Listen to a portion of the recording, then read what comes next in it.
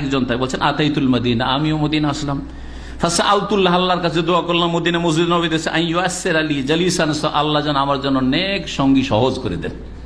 এগুলো দোয়া তাদের একাধিক তাবেঈনদের, কয়জন তিনজন তাবেঈর কথা আপনাদের সামনে উল্লেখ করলাম।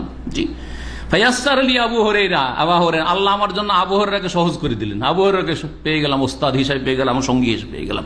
তাহলে সঙ্গী খুঁজতে হবে, ভালো সঙ্গী। ওই সময় আবু হুরায়রা রাদিয়াল্লাহু তাআলা তাকে ওইভাবে বলেছেন যে তুমি কুফা থেকে এসছো, কুফাতে বড় বড় সাহাবায়ে কেরাম আছেন, তাদেরকে তুমি চেনো না, তাদের সাথে উঠা বসা করতে না, তাদের সাথে চলাফেরা করতে না।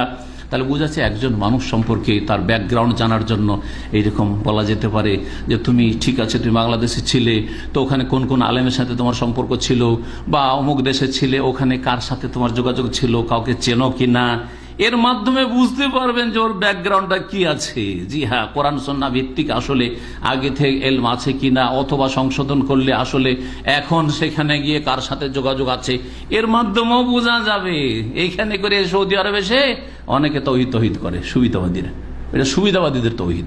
ওখানে অনেকে সুন্নত করে, অনেকে এখানে এসে ইসলামের দায়ী সেজে যায় দুনিয়ার খাতিরে, কিন্তু দেশে গিয়ে দেখা যাচ্ছে ওই যে বেদাতীদের সাথে উঠা বসা, বেদাতীদের সাথে গ্রুপ ফটো, বেদাতীদের সাথে চলাফেরা, বেদাতী মাদের সাথে তার উঠা বসা। আমাকে একজন প্রখ্যাত শেখ ঢাকার বলছেন যে শেখ, ওকে তো সার্টিফাই করে পাঠিয়েছিলাম সৌদি আরবে, যে ও তো সংশোধন হয়ে গেছে, কিন্তু 1 বছর পরে যখন ফিরে আসলো ছুটি, আসার পরে ওর পাত্তাই নেই, খুঁজেই পান, আমাদের সাথে কোনো যোগাযোগ নেই।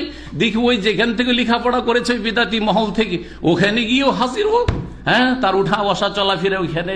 এগুলো দিয়েও আপনাদেরকে চিনতে হবে যে এই সহি আকিদার আলেম কিনা, সহি মানহাজের আলেম কিনা, আর সহি পথে আসলে ফিরে এসছে না অন্তরে নেফাক কপটতা আছে।